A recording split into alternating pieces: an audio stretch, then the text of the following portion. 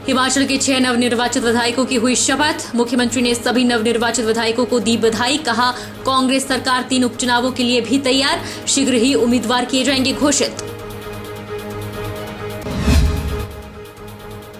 पूर्व केंद्रीय मंत्री अनुराग ठाकुर ने अपनी भूमिका को किया स्पष्ट। कहा, पद कोई महत्व नहीं रखता, पार्टी जो भी आदेश करेगी एक कार्यकर्ता के रूप में करेंगे काम। जम्मू कश्मीर में तीर्थयात्रियों पर हुए आतंकी हमले के विरोध में हिंदू परिषद और बजरंग दल सड़कों पर जलाया गया पाकिस्तान का पुतला। जमकर हुई नारेबाजी। हमले में 10 हिंदू तीर्थयात्रियों की हुई मृत्यु और 32 घायल। और मंडी जिला के कोटली में एक भाई दूसरे भाई को मारने पर हुआ उतारू, बारूद फेंक कर लगा दी आग। हुक्मचंद का पीजीआई चंडीगढ़ में चल रहा इलाज, पुलिस ने मामला किया दर्ज। नमस्कार, आप देख रहे हैं HP 24/7। मैं हूं आपके साथ परी शर्मा। शुरुआत करते हैं नवनिर्वाचित विधायकों की शपथ से। हिमाचल प्रदेश विधानसभा में 6 नवनिर्वाचित विधायकों के शपथ ग्रहण समारोह आयोजित हुआ। विधानसभा अध्यक्ष कुलदीप सिंह पठानिया ने विधायक राकेश कालिया, विवेक शर्मा, रंजीत राणा, अनुराधा राणा, सुधीर शर्मा, इंद्रदत्त लखनपाल को पद एवं गोपनीयता की शपथ दिलाई। हिमाचल के 6 नवनिर्वाचित विधायकों ने आज पद एवं गोपनीयता की शपथ ली। कांग्रेस के अनुराधा राणा लाहौल स्पीति, राकेश कालिया गगरेट से, विवेक शर्मा कुटलेहड़ और सुजानपुर से रंजीत राणा, जबकि धर्मशाला से भाजपा के सुधीर शर्मा और बड़सर से इंद्रदत्त लखनपाल ने शपथ ली। शपथ ग्रहण करने के बाद अब सदन में कांग्रेस पार्टी के विधायकों की संख्या 34 से बढ़कर 38 हो गई है। इस अवसर पर मुख्यमंत्री ने सभी नवनिर्वाचित विधायकों को बधाई और शुभकामनाएं दी। मुख्यमंत्री ने कहा कि भाजपा का प्रदेश में सरकार बनाने का दावा विफल हो गया है, क्योंकि प्रदेश के लोगों ने उपचुनावों में कांग्रेस के 4 विधायकों को चुना है। उन्होंने कहा कि उपचुनाव के बाद सदन में विधायकों की संख्या 38 होने के साथ ही प्रदेश में कांग्रेस सरकार को और मजबूती मिली है। मुख्यमंत्री ने कहा कि वर्तमान प्रदेश सरकार हिमाचल को आत्मनिर्भर बनाने के प्रयासों को जारी रखेगी और इस दिशा में सरकार ने कई महत्वपूर्ण निर्णय लिए हैं। मुख्यमंत्री ने कहा कि कांग्रेस सरकार 3 विधानसभा क्षेत्रों में होने जा रहे उपचुनावों के लिए पूरी तरह से तैयार है, जिसके लिए शीघ्र ही उम्मीदवार घोषित किए जाएंगे। हिमाचल प्रदेश के दिल्ली सरकार के साथ 2019 के 137 क्यूसेक पानी देने के मामले पर हरियाणा और दिल्ली के बीच विवाद में हिमाचल ने अपनी स्थिति स्पष्ट की है। सुप्रीम कोर्ट में हुई सुनवाई पर सुप्रीम के स्पष्ट रुख पर हिमाचल के मुख्यमंत्री ने कहा कि सुप्रीम कोर्ट को किसी ने गलत जानकारी दी है, जिसकी जानकारी वो ले रहे हैं। वैसे उन्होंने पहले ही आदेश जारी कर दिए हैं कि मामले को उलझाया जा रहा है, फिर इस मामले पर गंभीरता से जानकारी जुटा रहे हैं। हमने पानी छोड़ा हुआ है। अब सुप्रीम कोर्ट को इस बात की जानकारी देने की बात हमने वकीलों को कही है। जो हमने पानी छोड़ा हुआ तो उसमें हम तो देने को तैयार है, इसमें कोई दो राय नहीं है। और क्यों लताड़ लगाई ये हमें समझ नहीं आ रहा। जब हमने पानी छोड़ने का आदेश दे दिया है और निश्चित रूप से पानी हरियाणा से होकर जाएगा, हमारा पानी कोई हम रोक के थोड़ी रखे हैं। हम तो बोलते और जितना पानी लेना, दिल्ली भी हमारी राजधानी है, इस देश के नागरिक दिल्ली में भी रहते हैं और हमारा दायित्व भी बनता है, ये पुण्य का काम भी है। तो इसमें अभी मुझे इस बारे के फैसले का पता नहीं है कि किन परिस्थितियों में उन्होंने इस बात को कहा है, और अगर ऐसी बात है तो हम उनको आश्वासन देते हैं कि हमारे पानी छोड़ा, हमने कोई रोका हुआ नहीं है। तो हिमाचल से पानी और ये किसने गलत जानकारी सुप्रीम कोर्ट में दी, मैं उस बारे में भी जानकारी प्राप्त करूँ। पूर्व केंद्रीय मंत्री व हमीरपुर सांसद अनुराग ठाकुर ने कहा कि जहां एक और जगत प्रकाश नड्डा केंद्र में केंद्रीय मंत्री की भूमिका निभाएंगे, वहीं 4 लोकसभा के सांसद व 3 राज्यसभा के सांसद मिलकर अपनी बड़ी भूमिका राज्यसभा और लोकसभा में निभाएंगे।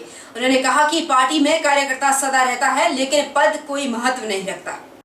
हमीरपुर से लोकसभा चुनाव जीतने के बाद हिमाचल बीजेपी कोर ग्रुप की बैठक के लिए शिमला पहुंचे पूर्व केंद्रीय मंत्री अनुराग ठाकुर ने कहा कि बीजेपी ने बहुत कुछ दिया, 5 बार सांसद रहे, युवा मोर्चा के राष्ट्रीय अध्यक्ष, केंद्रीय मंत्री भी बने। पद कोई महत्व नहीं रखता, पार्टी जो भी आदेश करेगी वो एक कार्यकर्ता के रूप में काम करेंगे। उन्होंने कहा कि 10 वर्षों में मोदी सरकार ने हिमाचल को बहुत कुछ दिया है। अब हिमाचल से राष्ट्रीय अध्यक्ष JP नड्डा को बड़ा मंत्रालय दिया गया है, जिससे प्रदेश का विकास होगा।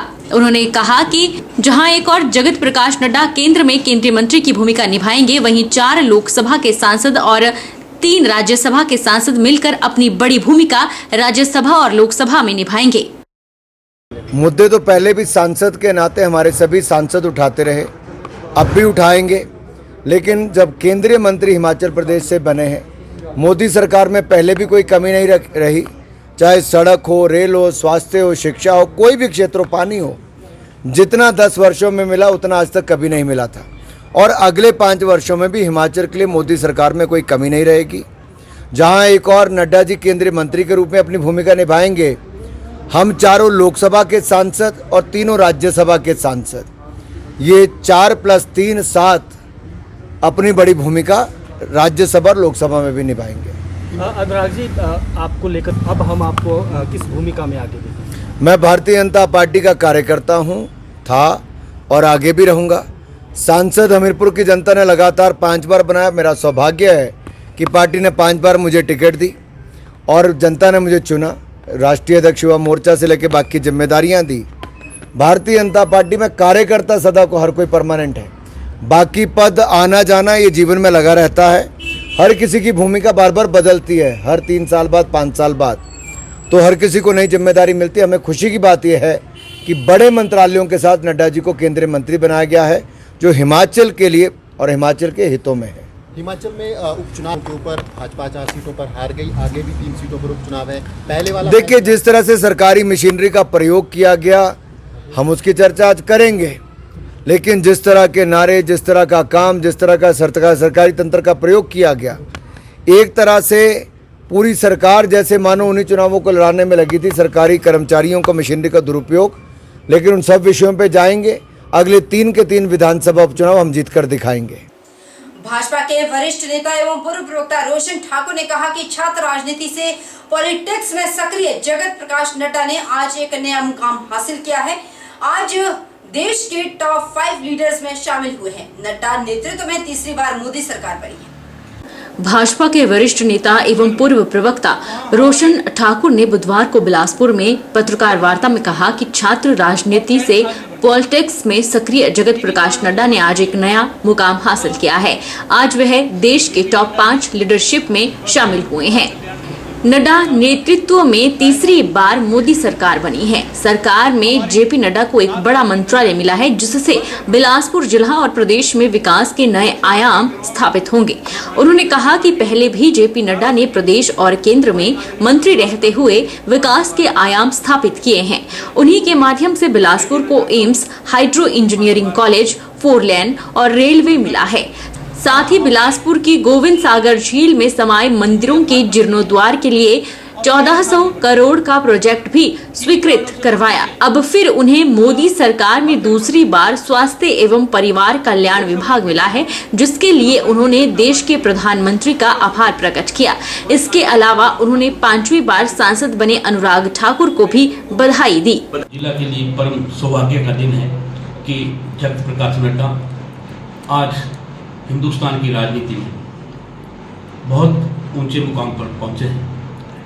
आज जेपी नड्डा हिंदुस्तान की टॉप 5 लीडरशिप में अपना स्थान उन्होंने बनाया है।